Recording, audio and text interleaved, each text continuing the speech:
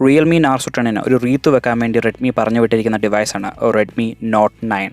Redmi Note 9 ഇപ്പോൾ നിങ്ങൾക്ക് 12,000 രൂപയ്ക്ക് മേടിക്കാൻ കഴിയുന്ന ഏറ്റവും നല്ല വാല്യൂ ഫോർ മണി ഡിവൈസാണ്.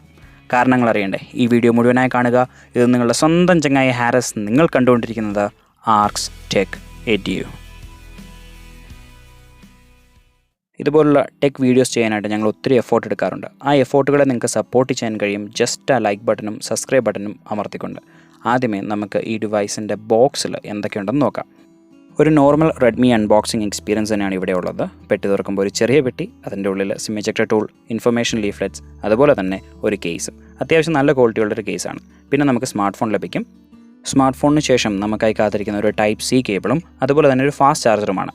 ചുമ്മാ അങ്ങനെ ഒരു ഫാസ്റ്റ് ചാർജർ അല്ല, ഈ ഒരു ബഡ്ജറ്റിൽ തന്നെ ഏറ്റവും പവർഫുൾ ആയിട്ടുള്ള ഫാസ്റ്റ് ചാർജർ. 22.5 വാട്ട് കപ്പാസിറ്റിയുള്ള നമ്മുടെ ഫോണിനെ ചാർജ് ചെയ്യാൻ കഴിയുന്ന ഈ ചാർജറിന് ഈ ബഡ്ജറ്റിൽ തന്നെ വേറെ കോമ്പറ്റീഷൻ ഒന്നുമില്ല. ഈ വീഡിയോ കാണുന്നതിൽ നിന്ന് ഏറ്റവും പ്രയോജനം കിട്ടാനായിട്ട് ഇനിയുള്ള റിവ്യൂ എന്ന പാർട്ട് നമ്മൾ 5 മേഖലകളായിട്ട് ഡിവൈഡ് ചെയ്തിട്ടുണ്ട്. Build and design, screen and multimedia, camera, performance and gaming, battery. അപ്പോൾ ഇത്രയും മേഖലകളിൽ കൂടെ കാര്യങ്ങൾ ചർച്ച ചെയ്യുമ്പോൾ ഈ ഡിവൈസ് വാങ്ങണോ വേണ്ടയോ എന്നൊരു തീരുമാനത്തിലോട്ട് എത്താൻ കഴിയും. ആദ്യമേ ബിൽഡ് ആൻഡ് ഡിസൈൻ എങ്ങനെയുണ്ടെന്ന് നോക്കാം. Redmi Note 9 ഫാമിലിയിൽ കാണുന്ന ഓറ ബാലൻസ് ഡിസൈൻ തന്നെയാണ് നമുക്ക് ഇവിടെയും കാണാനുള്ളത്. ഡിസൈൻ്റെ കാര്യത്തിൽ റെഡ്മി ഒരിക്കലും ഒരു കോംപ്രമൈസിലോട്ട് പോകില്ല. അതുതന്നെയാണ് ഇവിടെയും. Redmi Note 9 നന്നായിട്ട് ഡിസൈൻ ചെയ്തൊരു ഡിവൈസാണ്. ഇതിൻ്റെ ബിൽഡിൻ്റെ കാര്യത്തിൽ ഇതിന് P2I കോട്ടിംഗ് ഒക്കെ ലഭിക്കുന്നുണ്ട്. അതായത് ചെറിയൊരു ചാറ്റൽ മഴയൊക്കെ ഇത് താങ്ങും, പക്ഷേ വെള്ളത്തിലൊന്നും കൊണ്ട് മുക്കിയിട്ടത് കേട്ടോ. ഇതിൻ്റെ ഫിംഗർ പ്രിൻറ്റ് സെൻസർ പുറകുവശത്താണ്.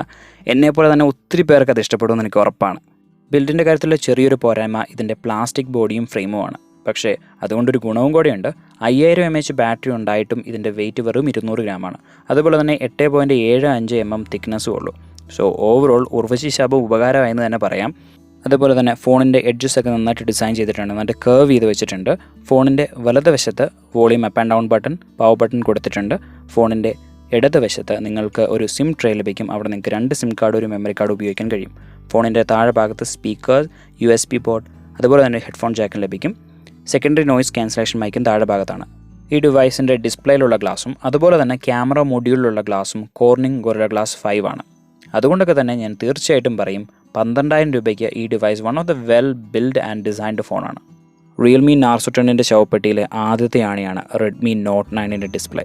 കാരണം 12,000 രൂപയ്ക്ക് റിയൽമി വെറും HD+ ഡിസ്പ്ലേ നൽകുമ്പോൾ റെഡ്മി ഇവിടെ ഫുൾ HD പാനലാണ് നൽകുന്നത്. റെഡ്മിയുടെ പാനൽ വെറുതെ ഫുൾ HD എന്ന് പറഞ്ഞാൽ പോരാ, അതിന് നല്ല ക്വാളിറ്റി ഉണ്ട്. കാരണം 450 നിറ്റ്സ് വരെ അതിൻ്റെ ബ്രൈറ്റ്നസ് പോകും. 84% NTSC കളർ ഗ്യാമറ്റ് അത് ഫുൾഫിൽ ചെയ്യുന്നുണ്ട്. 1500:1 എന്ന കോൺട്രാസ്റ്റ് റേഷ്യോവും അത് അച്ചീവ് ചെയ്യുന്നുണ്ട്. പക്ഷേ ഇതേ സമയം റിയൽമി നാർസോ 10 12,000 രൂപയ്ക്ക് വിൽക്കുന്ന മറ്റൊരു സ്മാർട്ട് ഫോൺ വെറും HD+ ഡിസ്പ്ലേ ആണ് നൽകുന്നത്. അതും റിയൽമി C3 നാർസോ 10 കാറ്റഗറിയിൽ നിൽക്കുന്ന ഒരു ഡിസ്പ്ലേ. ഇതിനൊക്കെ പുറമെ പ്രൊട്ടക്ഷനായിട്ട് ഗൊറില്ല ഗ്ലാസ് 5 കൂടെ ആകുമ്പോഴേക്കും ഓൾമോസ്റ്റ് പെർഫെക്റ്റ് ആണ് ഈ ഒരു ബഡ്ജറ്റിൽ. ഇനി നിങ്ങൾ ധാരാളം സിനിമകൾ കാണുന്നൊരു വ്യക്തിയാണെങ്കിൽ, അല്ലെങ്കിൽ മ്യൂസിക് ഒത്തിരി കേൾക്കുന്നൊരു വ്യക്തിയാണെങ്കിൽ തീർച്ചയായിട്ടും ഈ ഡിവൈസ് നിങ്ങൾക്ക് എടുക്കാൻ കഴിയും. ഒരിക്കലും Redmi Note 9 നിങ്ങളെ ഡിസപ്പോയിൻറ്റ് ചെയ്യില്ല. ഈ ഒരു ബഡ്ജറ്റ് നിങ്ങൾക്ക് ലഭിക്കാവുന്ന ഏറ്റവും നല്ല മൾട്ടിമീഡിയ എക്സ്പീരിയൻസ് ഈ ഡിവൈസ് നിങ്ങൾക്ക് നൽകും. ഇനി സ്ക്രീനിൻ്റെ കാര്യത്തിൽ പ്രത്യേകം ശ്രദ്ധിക്കുക. നിങ്ങൾ ഏറ്റവും അധികം ഒരു സ്മാർട്ട് ഫോണിൽ യൂസ് ചെയ്യാൻ പോകുന്ന ഒരു ഫീച്ചറാണ് അതിൻ്റെ ഡിസ്പ്ലേ. അതുകൊണ്ട് തീർച്ചയായിട്ടും നിങ്ങൾ നോർമൽ യൂസേ ഉള്ളെങ്കിൽ പോലും Redmi Note 9 തന്നെയായിരിക്കും one of the best option. Redmi Note 9 camera specification ഞാൻ പറയുമ്പോൾ ഇത് എവിടെയോ കേട്ടിട്ടുണ്ടല്ലോ എന്ന് നിങ്ങൾക്ക് തോന്നുന്നുണ്ടെങ്കിൽ ശരിയാണ്, നിങ്ങൾ കേട്ടിട്ടുണ്ട്. കാരണം Redmi Note 8 അതേ ക്യാമറ സ്പെസിഫിക്കേഷനാണ് ഇവിടെ ഉപയോഗിച്ചിരിക്കുന്നത്. 48 MP primary camera, 8 MP ultra wide camera, 2 MP വീതമുള്ള മാക്രോ പോർട്രേറ്റ് മോഡ് ലെൻസുകൾ. Redmi Note 8 ക്യാമറ പെർഫോമൻസ് മീഡിയാടെക്കിൻ്റെ ISP വെച്ച് റെഡ്മിക്ക് കൊണ്ടുവരാൻ സാധിച്ചാൽ ഈ ബഡ്ജറ്റിൽ തന്നെ ബെസ്റ്റ് ക്യാമറ ഡിവൈസ് ഇതായിരിക്കും. ഇനി ക്യാമറ വെച്ചിരിക്കുന്ന സ്റ്റൈലും സ്ട്രക്ചറും ഒക്കെ സീനിയർ ചേട്ടന്മാരുടെ അതേ സെറ്റപ്പ് തന്നെയാണ്. എന്നാൽ സെൽഫി ക്യാമിൻ്റെ കാര്യത്തിൽ മാത്രമാണ് ചെറിയൊരു ചേഞ്ച്. ഇതിനൊരു പഞ്ച് ഹോൾ ഡിസ്പ്ലേ ആണ്, പക്ഷേ ആ പഞ്ച് ഹോൾ വരുന്നത് ലെഫ്റ്റ് സൈഡിലാണ്. ഇതിൻ്റെ സീനിയേഴ്സിൻ്റെ കാര്യത്തിൽ നോക്കുകയാണെങ്കിൽ അത് ഒരു സെൻറ്റർ ഓറിയൻറ്റഡ് ആയിരുന്നു. റെഡ്മി നോട്ട് 9ൻ്റെ റിയൽ ലൈഫ് ക്യാമറ പെർഫോമൻസിനെ കുറിച്ച് കമൻറ്റ് ചെയ്യാൻ ഞാനാളല്ല. എനിക്കിപ്പോഴും മറ്റ് റിവ്യൂവേഴ്സ് പറഞ്ഞ കാര്യങ്ങളും അതുപോലെ തന്നെ കമ്പനി പ്രൊവൈഡ് ചെയ്യുന്ന ചില ഇൻഫർമേഷനും ബേസ് ചെയ്തേ പറയാൻ പറ്റത്തുള്ളൂ. ബട്ട് എനിക്കൊരു കാര്യത്തിൽ ഒരു ഉറപ്പുണ്ട്. റെഡ്മിയുടെ ഡിവൈസ് ആയതുകൊണ്ട് തന്നെ ക്യാമറാസിൻ്റെ കാര്യത്തിൽ മിനിമം ക്വാളിറ്റി പ്രതീക്ഷിക്കാം. അങ്ങനെ ഞാൻ പറയാൻ കാരണം റെഡ്മി നോട്ട് 8 ഞാൻ റിവ്യൂ ചെയ്തിട്ടുണ്ട്. അത് നിങ്ങൾക്ക് എൻ്റെ ചാനലിൽ കാണാൻ കഴിയും. അത് കാണുകയാണെങ്കിൽ ഒരു കാര്യം ഉറപ്പാണ്. ഈ ഒരു ക്യാമറ സിസ്റ്റത്തിൽ നല്ല അടിപൊളി സെൽഫികളും സൂപ്പറായിട്ടുള്ള പോർട്രേറ്റ്സും കിട്ടും. പോർട്രേറ്റ്സിൻ്റെ കാര്യത്തിൽ ഒരു മിനിമം ഗ്യാരണ്ടി എപ്പോഴും റെഡ്മി ഫോണുകൾ നൽകുന്നുണ്ട്. നല്ല പോർട്രേറ്റ്സും സെൽഫി പോർട്രേറ്റ്സും ഈ ഡിവൈസും നൽകുമെന്ന് നമുക്ക് പ്രതീക്ഷിക്കാം. ഇനി റെഡ്മി നോട്ട് 9ൻ്റെ പെർഫോമൻസിനെ കുറിച്ചും ഗെയിമിംഗ് എക്സ്പീരിയൻസിനെ കുറിച്ചും പറയാം. ഈ ഡിവൈസിൽ ഉപയോഗിച്ചിരിക്കുന്ന mediatek G85 വളരെ പവർഫുൾ ആയിട്ടുള്ളൊരു പ്രോസസ്സറാണ്. അതുകൊണ്ട് നിങ്ങളുടെ ഡേ ടു ഡേ ടാസ്കുകൾക്കൊന്നും ഒരു ലാഗോ സ്റ്റട്ടറോ ഉണ്ടാവില്ല.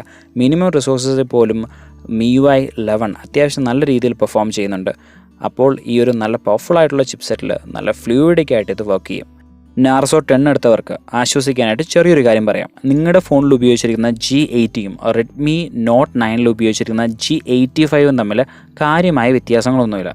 ഇത് രണ്ടും ഏറെക്കുറെ സെയിമാണ്. പക്ഷേ GPU മാത്രം G85ൽ 50 MHz കൂടുതലാണ്. അത് വലിയൊരു ഡിഫറൻസ് ഒന്നും ഉണ്ടാക്കാൻ പോകുന്നില്ല. എന്നാൽ നിങ്ങളൊരു ബഡ്ജറ്റ് ലെവലിൽ നിന്ന് റെഡ്മി നോട്ട് 9ലോട്ട് അപ്ഗ്രേഡ് ചെയ്യുകയാണെങ്കിൽ തീർച്ചയായിട്ടും വ്യത്യാസം നിങ്ങൾക്ക് മനസ്സിലാകും. അതിൻ്റെ കാരണം ലോകത്ത് തന്നെ 1 GHz GPU ഉള്ള ചുരുക്കം ചില ഡിവൈസുകളിലൊന്നാണ് റെഡ്മി നോട്ട് 9. ഇനി ഇതിൻ്റെ ഹീറ്റിംഗ് ലെവൽസും വളരെ കൺട്രോൾഡ് ആണ്. എല്ലാ റിവ്യൂസിനും തന്നെ ഒരു 41, 42 അതിന് മുകളിൽ പോയി കണ്ടിട്ടില്ല. സോ ഗെയിമിങ്ങും നിങ്ങൾക്ക് ഒത്തിരി എൻജോയ് ചെയ്യാൻ കഴിയും. ഇനി നമുക്ക് ഈ ഡിവൈസിൻ്റെ ബാറ്ററിയെക്കുറിച്ച് സംസാരിക്കാം. 5000 mAh ബാറ്ററിയാണ് ഈ ഡിവൈസിന് ലഭിക്കുന്നത്. 5000 mAh എന്ന് പറയുമ്പോൾ ഒരു മീഡിയം യൂസേജിൽ നിങ്ങൾക്ക് 2 ദിവസം വരെ കിട്ടും. ഇനി ഈ ഡിവൈസിൻ്റെ യുണീക്ക് ഫീച്ചറും കൂടിയുണ്ട്. അതായത് ഈ ഫോണിൽ നിന്ന് മറ്റ് ഫോണുകളെ ചാർജ് ചെയ്യാൻ കഴിയും.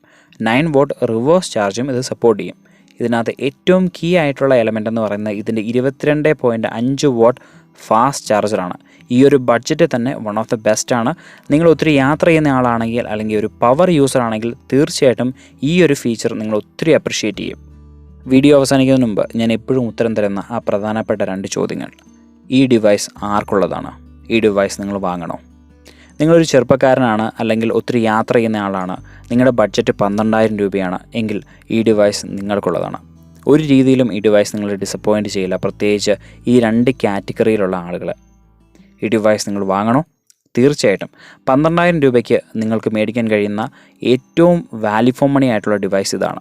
ചില ആളുകൾ ഈ ഡിവൈസ് 10,000 രൂപയ്ക്ക് താഴെ വരും അല്ലെങ്കിൽ 10,000 രൂപയ്ക്കൊക്കെ വരും എന്ന് പ്രതീക്ഷിച്ചിരുന്നു. അത് കാരണം ഒത്തിരിയേറെ ആളുകൾക്ക് സങ്കടമായിട്ടുണ്ട്. പക്ഷേ സുഹൃത്തുക്കളെ, നിങ്ങളൊരു കാര്യം മനസ്സിലാക്കണം. ഈ കഴിഞ്ഞിടയ്ക്കുണ്ടായ സാമ്പത്തിക പ്രതിസന്ധിയും അതുപോലെ തന്നെ അന്താരാഷ്ട്ര പ്രശ്നങ്ങളും ഈ ഡിവൈസുകളുടെയൊക്കെ വരവിനും അതുപോലെ തന്നെ മാനുഫാക്ചറിങ്ങിനൊക്കെ ഒത്തിരി പ്രശ്നങ്ങൾ ഉണ്ടാക്കിയിട്ടുണ്ട്. അതൊക്കെ കാരണമായിരിക്കാം ഇതിൻ്റെ വില ഇത്രയും കൂടിപ്പോയത്.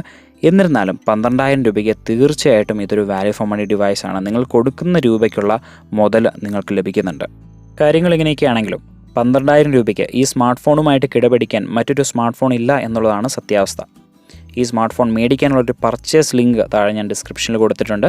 അടുത്ത 24-ാം തീയതി തൊട്ട് നിങ്ങൾക്ക് ഫ്ലിപ്കാർട്ടിൽ നിന്ന് ഈ സ്മാർട്ട് ഫോൺ മേടിക്കാൻ കഴിയും.